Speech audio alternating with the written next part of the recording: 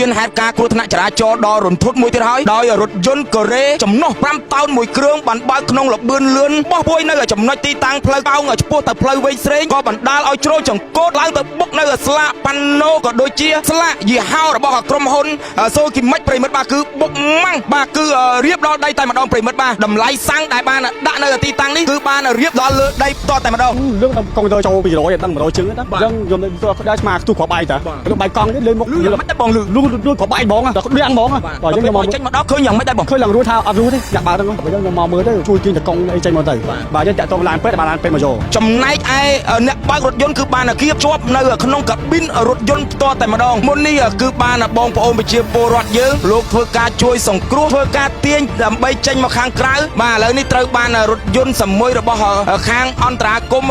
711បាទលោកបានមកដឹកឲ្យជនរងគ្រោះយកទៅសង្គ្រោះបន្ទាន់បាត់ហើយបើមិនមានបកគោស្លាកប៉ាណូនេះទេបាទរឿងហេតុយើងមិនដឹងថាយ៉ាងម៉េចទេប្រិមិត្តបាទការ៉ាសាំងសូគីមិចនេះច្បាស់ជាមិនអាចទប់នៅលបឿនឡានរបស់គាត់បានទេប្រិមិត្តបាទបងប្អូនបាទដែកឡាននេះខ្ទាតម្ដងនេះគ្រាន់គ្រឿងក្រៅឡាននោះខ្ទាតពេញក្នុងការ៉ាសាំងសូគីមិចផ្ទាល់តែម្ដងណាបងប្អូនខ្ទាតពេញក្នុងការ៉ាសាំងសូគីមិចតែម្ដងខ្ញុំមកដល់ហ្នឹងឡានបុកឡើងតិចអស់ហើយខ្ញុំមិនដឹងផងបាទឲ្យជប់បើសិនជាអត់មានបកគោស្លាកប៉ាណូនឹងលពូគិតថាយ៉ាងម៉េចដែរការ៉ាសាំងលពូការ៉ាសាំងប្រហែលជាធ្លាយដល់កន្លែងអុកហ្វីសហ្នឹងទៅប្រហែលជាធ្លាយដល់អុកហ្វីសលពូបាទអាចនឹងមានអ្នករបួសប្រហែលអ្នកដែរបើធ្លាយដល់អុកហ្វីសមិនហ៊ានសន្តានដោយសារកូនចៅខ្ញុំវានៅខាងកុំព្យូទ័រផ្លេងមិនដឹងប្រហែលអ្នកដែរដែលយើងនៅការ៉ាសាំង3នាក់បើសិនជាអត់មានបកគោស្លាកប៉ាណូនឹងទេមើលទៅអាចបុកទៅឆេះទេលពូបើតាមលពូជាតកែការ៉ាសាំងអាចព្រោះអីស្ថែនផ្លេងនៅហ្នឹងលពូមានអីអំពាវនាវដល់អ្នកដែលបើករថយន្តធំទេឲ្យគាត់មានការប្រុងប្រយ័ត្នយ៉ាងម៉េចខ្លះមានអីគ្រាន់តែប្រាប់ថាកុំឲ្យបើកលឿនពេកយប់ឡើងណាមួយផ្លូវនេះតែគ្រោះថ្នាក់ខ្ញុំងាប់បាទលពូហ្នឹងអាហាបំផោនកាយគោរពនិងជម្រាបសួរប្រិមិត្តដែលនិយមតាមដាននិងទស្សនារាល់ព័ត៌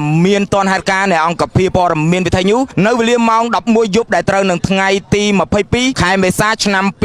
2025នេះមានហេតុការណ៍គ្រោះថ្នាក់ចរាចរណ៍ដ៏រន្ធត់មួយទៀតហើយដោយរថយន្តកូរ៉េចំណុះ5តោនមួយគ្រឿងបានបើកក្នុងលបឿនលឿនតាមបណ្ដោយផ្លូវជាតិលេខ3បោះពួយនៅចំណុចទីតាំងផ្លូវកោងឆ្ពោះទៅផ្លូវវែងស្រេងក៏បណ្ដាលឲ្យជ្រុលចង្កូតឡើងទៅបុកនៅស្លាកប៉ាណូក៏ដូចជាបង្គោលស្លាកប៉ាណូប្រិមិត្តបាទគឺស្លាកយីហោរបស់ក្រុមហ៊ុន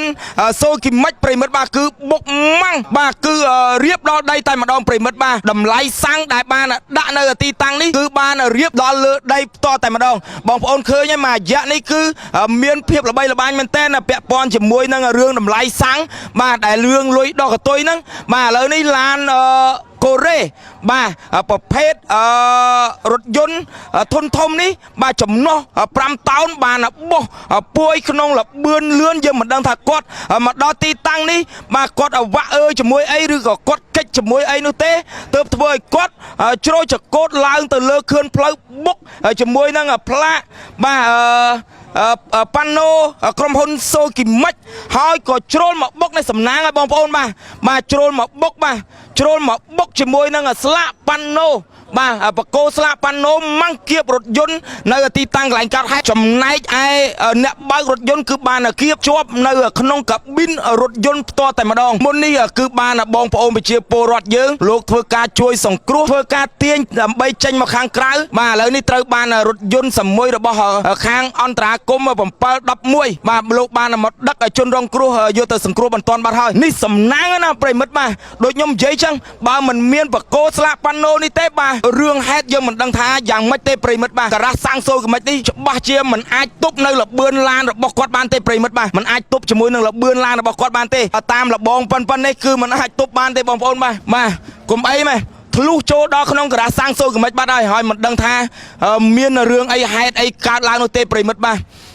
នេះសំណាដូចខ្ញុំនិយាយចឹងអូមើលដែកបងប្អូនបាទដែកឡានខ្ទាតម្ដងគ្រាន់គ្រឿងក្រៅឡានខ្ទាតពេញក្នុងការ៉ាសាំងសូគីមិចផ្ទាល់តែម្ដងណាបងប្អូនខ្ទាតពេញក្នុងការ៉ាសាំងសូគីមិចតែម្ដងលោកពូអាចជំរាបបន្តិចបានទេលោកពូជាម្ចាស់ការ៉ាសាំងសូគីមិចទេលោកពូណាបាទលោកពូដំបងហើយលោកពូបានដឹងដំណឹងហ្នឹងលោកពូមកដល់ឃើញទស្សនវិជ្ជាយ៉ាងម៉េចខ្លះដែរលោកពូខ្ញុំមកដល់ហ្នឹងឡានបុកឡើងតិចអស់ហើយខ្ញុំមិនដឹងផងបាទឲ្យជប់បើសិនជាអត់មានបកគោស្លាកប៉ាណូហ្នឹងលោកពូគិតថាយ៉ាងម៉េចដែរការ៉ាសាំងលោកពូការ៉ាសាំងប្រហែលជាធ្លាយដល់កន្លែងអុកហ្វីសហ្នឹងទៅប្រហែលជាធ្លាយដល់អុកហ្វីសលោកពូបាទអាចនឹងមាន អ្នករបួសប្រហែលអ្នកដែរបើធ្លាយដល់អូហ្វីស มันเห็นสันทานដោយសារកូនចៅខ្ញុំវានៅខាងកុងទ័រប្រេង មនុស្សប្រហែលអ្នកដែរដែលយាមនៅក្រាស់សាំង 3នាក់ បើសិនជាអត់មានបកគោស្លាកប៉ាណូនឹងទេមើលទៅអាចបុកទៅឆេះទេលោកពូបើតាមលោកពូជាតកែក្រាស់សាំង ប្រហែលជាអាចព្រោះអីស្ថែនប្រេងនៅហ្នឹងហើយ អូលោកពូបាទលោកពូមានអីអំពាវនាវដល់អ្នកដែលបើករថយន្តធុនធំទេឲ្យគាត់មានការប្រុងប្រយ័ត្នយ៉ាងម៉េចខ្លះ មានអីគ្រាន់តែប្រាប់ថាកុំឲ្យបើកលឿនៗពេកយប់ឡើងណាមួយផ្លូវនេះតែតែគ្រោះថ្នាក់ញឹកញាប់ បាទលោកពូបាទ ហ្នឹង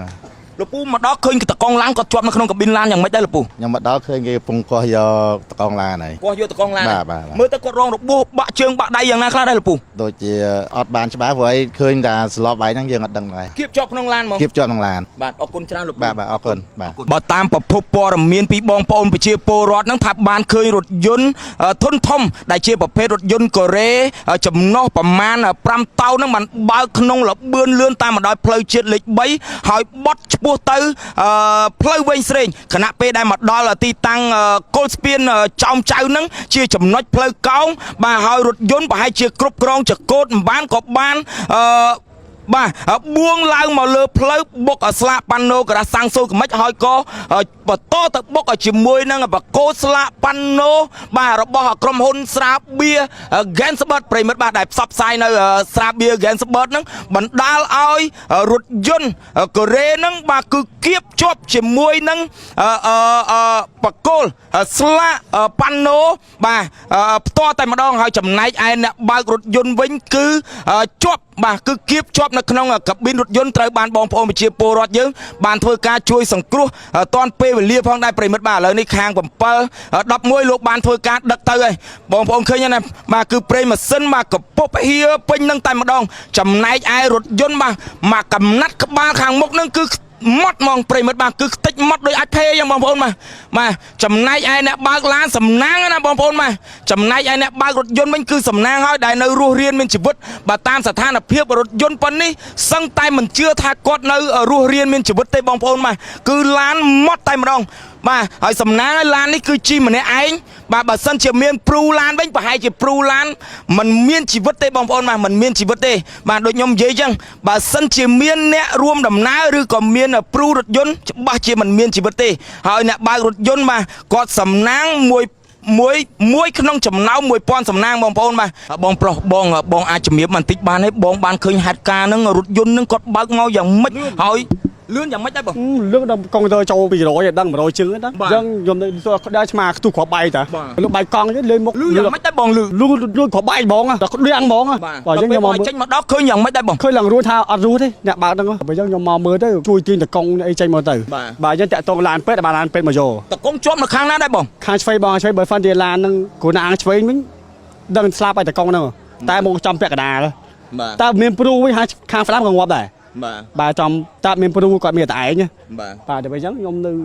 ចង់តាក់តងឡានពេទ្យឡានពេទ្យស្ដែងបងលឺសូរសំឡេងមកឃើញទស្សនភាពស្ដែងពេលបោះពួយមកឡើងសឡើងយំឡើងផ្សែងបែកទៅលើហ្មងបាទបើខ្ញុំនៅកន្លែងហ្នឹងនៅកន្លែងមកឃើញហ្មងបាទមានសំណពរដល់អ្នកដែលបើករថយន្តធុនធំនៅពេលដែលបើកពេលរាត្រីអញ្ចឹងបើកគ្មានបណៃមេតាអញ្ចឹងបាទខ្ញុំសំពរឲ្យបងអ្នកបើកបរយន្តហ្នឹងកុំបើកផ្កើនពេកអញ្ចឹងជីវិតមនុស្សមិន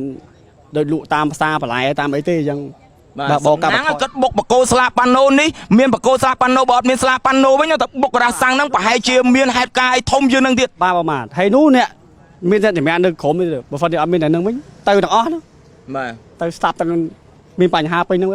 តែចូលកណ្ដឹងបាទអរគុណបងបាទអរគុណបងបាទប្រិមិត្តបានឃើញនៅទីតាំងកន្លែងកើតហេតុនេះបាទបងប្អូនប្រជាពលរដ្ឋដូចគាត់បាននិយាយអញ្ចឹង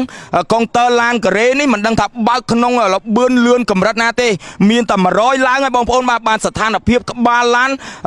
ម៉ត់តែម្ដងគៀបជាប់ជាមួយនឹងបកគោស្លាកប៉ាណូនេះផ្ទាល់តែម្ដងអរគុណបងប្អូនសម្រាប់ការទស្សនានិងការតាមដានខ្ញុំបាទស្វានាធីរួមជាមួយនឹងក្រុមការងារសូមអរកាយនិងសូមគោរពលាមានចំណុចណាលឺលួខ្វះខាតដោយប្រការណាមួយមិនសមរម្យសូមពុកម៉ែបងប្អូនមេត្តាខន្តីអភ័យទោសឲ្យខ្ញុំទាំងអស់គ្នាផងអរគុណបងប្អូនដូចខ្ញុំបានបញ្ជាក់អញ្ចឹងសង្ឃឹមថាបងដែលជាអ្នកបើករថយន្តធុនធំសូមមេត្តាលោក